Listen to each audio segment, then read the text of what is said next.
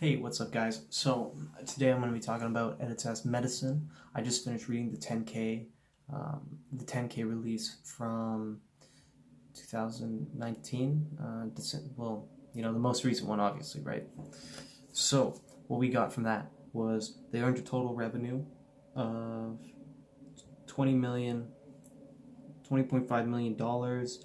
They had a total operating expense of 161.45 million dollars. So the net loss ended up being 133.7, and the net share loss was 2.68. So all these losses are definitely up from last year, but that's okay because really what's going on is they're developing more and more potential cures for genetic disorders right now. So they're just ramping up, and it's really good that they're doing this, because if they were not to do this, what would happen is they would release they might release one of their drugs that they're coming out with, not drugs, but shots or whatever form they're going to be put in, and then they'd have like a 10-year gap of just not having anything, right? Because it does take a long time for them to come to market with the drug. So this is brilliant. I think they have about 8 or 9 that they're working on right now. Well, that I could see in the operating report. The 3 that we want to really look at are, well, 3 that are pretty important are their cancer treatments, their LCA10 treatment, and their sickle cell anemia treatment. So just right at that though, the cancer treatment is a little bit off, so I'm not going to talk about that in this video. So I'm going to focus more on LCA10 and sickle cell anemia. With the sickle cell anemia, it's a brilliant genetic disorder to be working on, because currently in the world there's about 250 million people that suffer from that today, so they have a tremendous volume they can produce for. So once they're able to release this, it really doesn't matter how much it costs them to really develop the drug, because as long as their overhead for producing it isn't that high, they'll be able to at least address 30, 40, 50% of that market size within the next 10 years. And if they're charging 100 to 5,000, somewhere in that range, however they want to do it based on the volume, they're going to make a very tremendous profit. Also their cash in the bank is pretty good right now. It's $457 million today, which is enough to keep them going for about 2 years, which is something they addressed in the 10K, that's great. That's great to see, because we know that this company can survive, and really all they need to do is survive for another 2 to 3 years to finish clinical trials for their first drugs, which would be the LCA10 would be the first one that's going to probably come out, because they're in the middle of, I think, their first clinical trial, and then the sickle cell, which is about to enter the first clinical trials.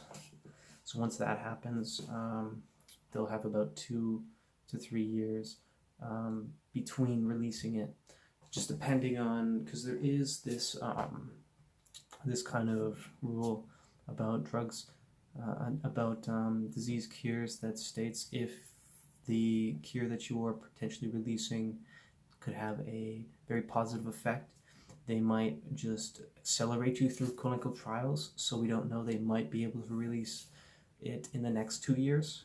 That would be exceptional, but probably not. So even though they are losing a lot of money right now, it's okay, because they can afford to survive and keep developing their products, and they're developing more and more products, so they're just going to be hitting heavy hitters time and time and time again. It's terrific. I'm really stoked for this company. Okay, so talked about that. And the reason that Editas and its so further than just producing this, Editas is going to have an extremely strong competitive advantage in the future, because it's one of the 3 largest gene editing companies in the world right now, worth about $1.3 billion, with a share price of $24. So they're in a good position. They have a couple patents. I think they have about 80 or 90 pending patents throughout the world. Like 60 in the States. Well, about, you know, I think about 50 in the States and about 50 in Europe. So I guess it's about 100. But anyways, I mean, that means they have a lot of intellectual property, and furthermore, they'll be able to license this out once other companies try and get into this space. If, you know, they can earn a potential, you know, high single digit, maybe low double digit royalties off of their intellectual property. So that's another revenue source that could be coming to them. You know, I think with the sickle cell release and the LCA10, I don't think it has too big a market share. All I could find was that there was about 15,000 people in the Western Hemisphere that suffered from this. That might have been per year. If that's per year, then yes, it's very big. It's a very big, appropriate market to be going after. But with sickle cell, about 250 million people, I mean, even if you're only hitting 30% at, you know, 750 million potential patients, you can charge them, you know, $100, $1,000. If you're charging them $1,000, I mean, you're still making 75. You're still making about like $75 billion. Yeah, that math should be correct. So that's just like a huge amount of potential gain from this, and I think it only cost them. It will only end up costing them about, you know, $750 million to develop sickle cell. So that's going to be a huge profit gainer for this company in the next 3-4 years. So definitely a company to watch on that front. Just in the gene editing in general, I mean, there's about 5% of genetic disorders, monogenic disorders, can be treated, which ends up being about, I think, 0.2 or 0.5% of all genetic disorders that can be treated. So there's so many markets to be addressed with this company if they can really get ahead of the pack.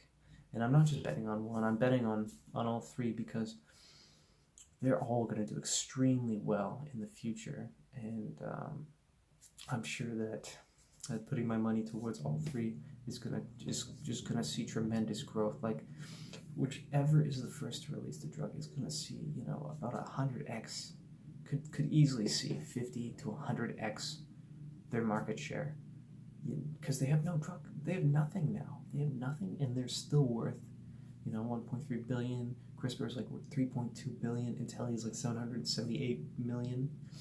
They're still worth these amounts, and they haven't even released anything yet. But once they release something, once they're actually able to sell something, they will explode. So now is the time to get in. Thank you for watching. Make sure to click that like button and subscribe, because I'm going to be coming back to you with more videos every week. So thank you for watching. See you guys next time.